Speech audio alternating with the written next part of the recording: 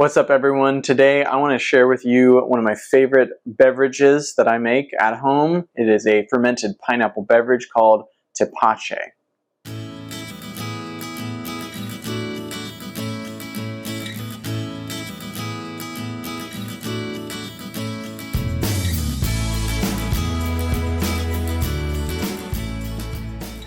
This is probably one of the best all-time summer beverages, in my opinion. This is a lacto-fermented beverage that's like a pineapple soda with some spices, so it's got a warmth to it, but just super nice over ice. It's really easy to make. It just uses a few ingredients, and so I'm really excited to share this with you guys. This is a Mexican fermented pineapple soda. The star of the show is a pineapple. Incredible thing about this recipe is that you are only going to be using the rind of the pineapple. So you get to eat the whole fruit. You just get to use what you would otherwise throw away from the pineapple. So we're going to be using the whole rind and a bit of the core that's too tough to eat. And that'll be the main part of this ferment. We've also got another just additional carbohydrate to kind of get things going. This is a molasses, but you could use brown sugar or really any type of sugar. You could use honey, you could use maple syrup. We're just using molasses because that's what we got right now.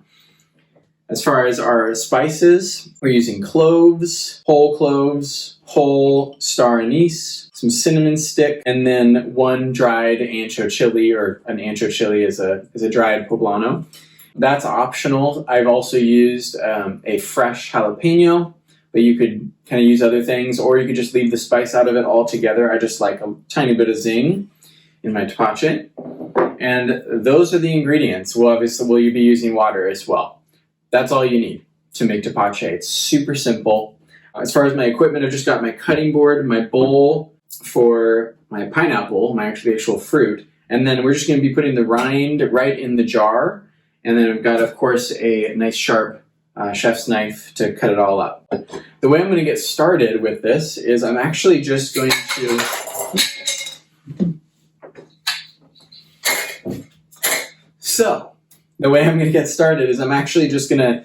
take my jar and I'm going to pour in my molasses just a little bit. And I mean, guys, we're not measuring here. We're just doing this by feel. So this is a half-gallon jar.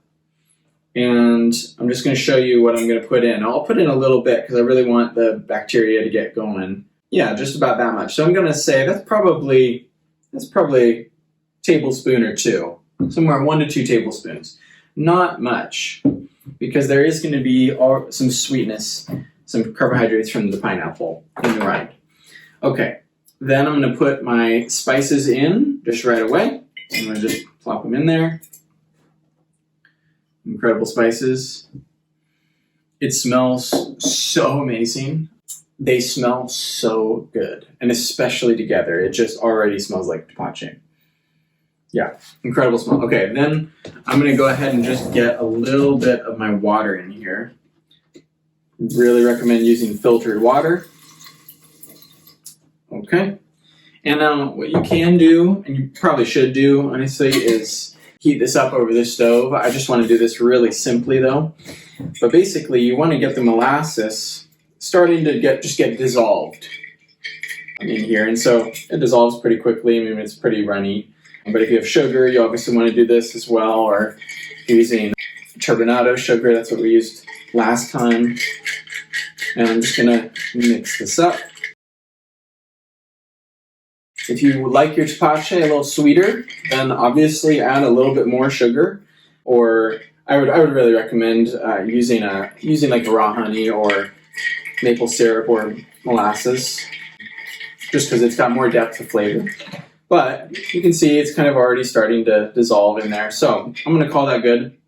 So we've got our jar, and now I'm just going to start taking apart my pineapple. The only part of this pineapple that I'm not going to use is the stem. And we could use it. It'll take up extra space in the jar. So I'll take off this little bit of fruit. But it's not going to add anything really. We've got plenty of yeast on the rest of the rind. So this is going in the jar. And then the way I do this is I just take off one end, take off the other end,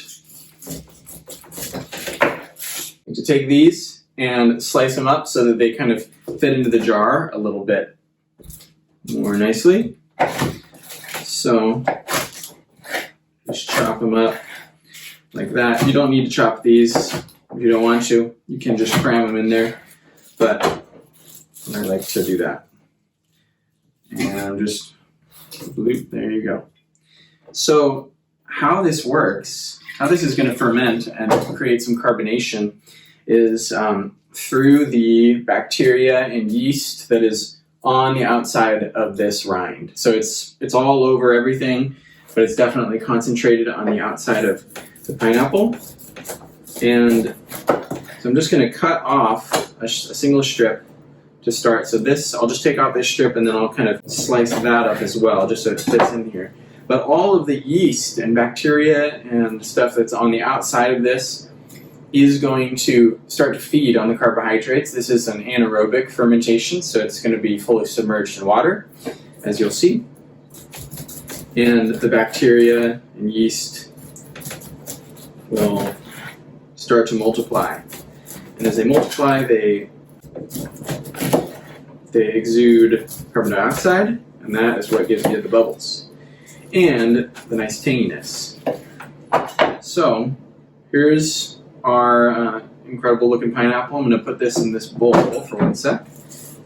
And I'm going to chop up the rest of this rind.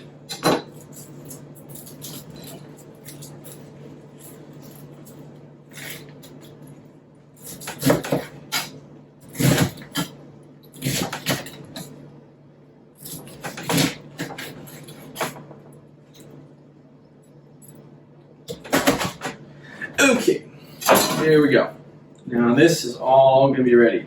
Now we could just use this. I'm gonna take out a little bit of the core just to add a little bit more sweetness. And I don't know. Sometimes the core can be a little tough. Sometimes you get a super ripe one and you really just want to eat that. That is great. But I'm gonna add a little bit of the core here. It's super slimy, slippery. So, slice there. There, get these edges off. And this is a nice ripe. Man, it smells so good. Oh my gosh, this whole thing smells and tastes delicious.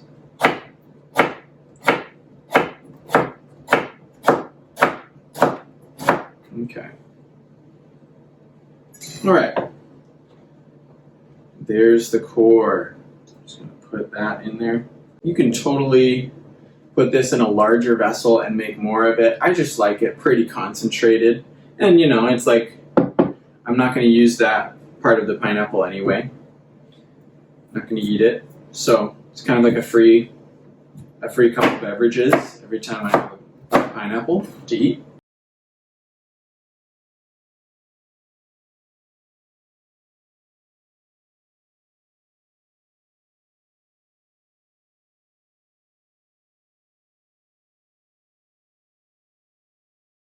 We got my pineapple fully processed. I'm just going to wash my hands and I'll be right back so I can put some more water in there. Okay, so now at this point we've got our immense amount of pineapple in here. So we're going to fill it up to the top with some filtered water. This is the sketchy way that I do it. Pick up the whole filter. Okay, and you want to leave just a little bit of headspace. So I've got probably about an inch from here, so maybe an inch and a half. And what I'm going to do is I'm actually going to take a tamper, but you can use your hands. I've got this really nice tamper, and I'm just going to push it all down. Now, this actually is less important right now because I'm actually going to mix it up for a sec here, but let me just get this so that the molasses gets mixed around. Yeah, just a really nice, dark, rich color. That is going to be so good. So I'm going to take this off, take this lid off. I'm going to tamp it down. Again, use your hands or whatever. And the reason that I'm tamping it down is because any part of the pineapple that is exposed to oxygen, or like that's floating above, just has the chance to mold. So I've had a couple of these mold in the past. Not a big deal, you just have to toss it, which obviously, well, that is actually a huge deal. You just make another batch. The way that you cover this, you want it to be open, and so that it doesn't build up carbonation and explode. So I'm just going to take this, and then I'll take a paper towel and I'll just screw it over the top, like so. Take that. That way flies or other insect or dust won't get in there. And there we go. Now this is going to do its thing. It's going to do its fermentation. This is a fast one. So if you're used to something like kombucha, that can take like a week for a ferment. This will take 3 to 5 days. I would check it at 3 days just to see if it's to your liking. If your conditions are a little bit warmer, it'll ferment faster. If they're cooler, then obviously you'll want to wait. You might have to wait up to a week. Taste it as you go. Taste it on day 3 and see how it tastes, basically. If it's a little bit, like maybe it's like just starting to get tangy and you like it on the sweet side, then just stop it right there and it's ready to consume. Maybe you like it like me. I like mine pretty tart if possible. So I'll let it go as long as I feel like I can while it's still going to be in the safe zone. And again, I mean, it's a totally safe beverage as long as there's no mold on there. I'm going to let this sit in my fermentation closet for the next probably 4 or 5 days because it's a little cool here. And then at that point, once it's done, you can just drink it straight up. You'll just want to strain off the material, the other, like the rind and the spices and stuff. Compost that, of course, or give it to your worms. That's what I'm going to do. But at that point, you can totally drink that. You can also, if you would like, put it into a second vessel for a secondary fermentation. So I use these pop-top bottles that I really like. I've been using these for years, especially for fermenting my kombucha. But I just put the Tepache in there with a little bit of turbinado sugar at the bottom, just a tiny bit, maybe like a teaspoon, and that keeps the fermentation going. So you can see, even just like already, you can see the color difference between these two. This is quite a bit lighter, and that's just what's going to happen. I don't know exactly why, actually. And you can see there's some yeast buildup at the bottom of the bottle, and that is totally fine. It's a very natural part of it. It's good for you. So I'm going to go ahead and give this a taste. I was refrigerating this, and this went through a 5-day primary fermentation, and then the secondary fermentation, it's been pretty cool here. So this has probably been at least a week, and then I just fridged it today. So hopefully it's built up some good carbonation. Here we go. All right, not a bad sound. Yep. When you put it in the fridge, it really cools down the fermentation process. It stops it, actually, and it will make it so that your beverage doesn't bubble up and over, which is great. So I'm going to just pour this in. I like pouring it just to give it a little bit of aeration.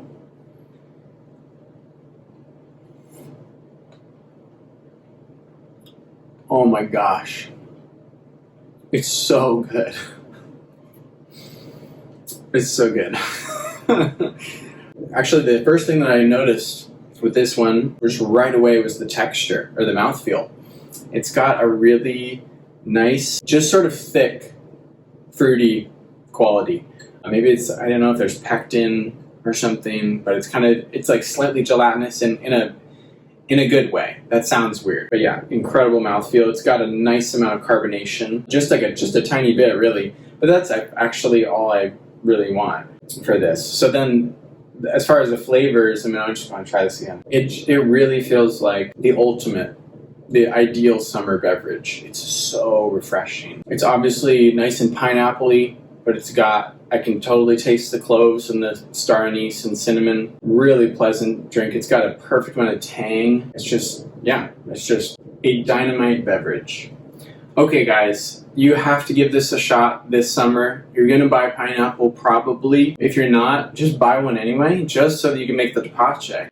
Honestly, this is an incredible beverage. please try it. Drop a comment below if you tried it and if you love it, which I know you will. Also, if you have any questions on anything that I addressed in this video or something that didn't work out, maybe it molded and whatnot, please let me know. I will be making more fermentation videos in the future because I love sharing these things. So if there's anything that you would like to know about how to make, please leave that in the comments as well. Give this video a like if you enjoyed it. And if you want to see more content like this in the future, just subscribe to our channel. Happy fermenting.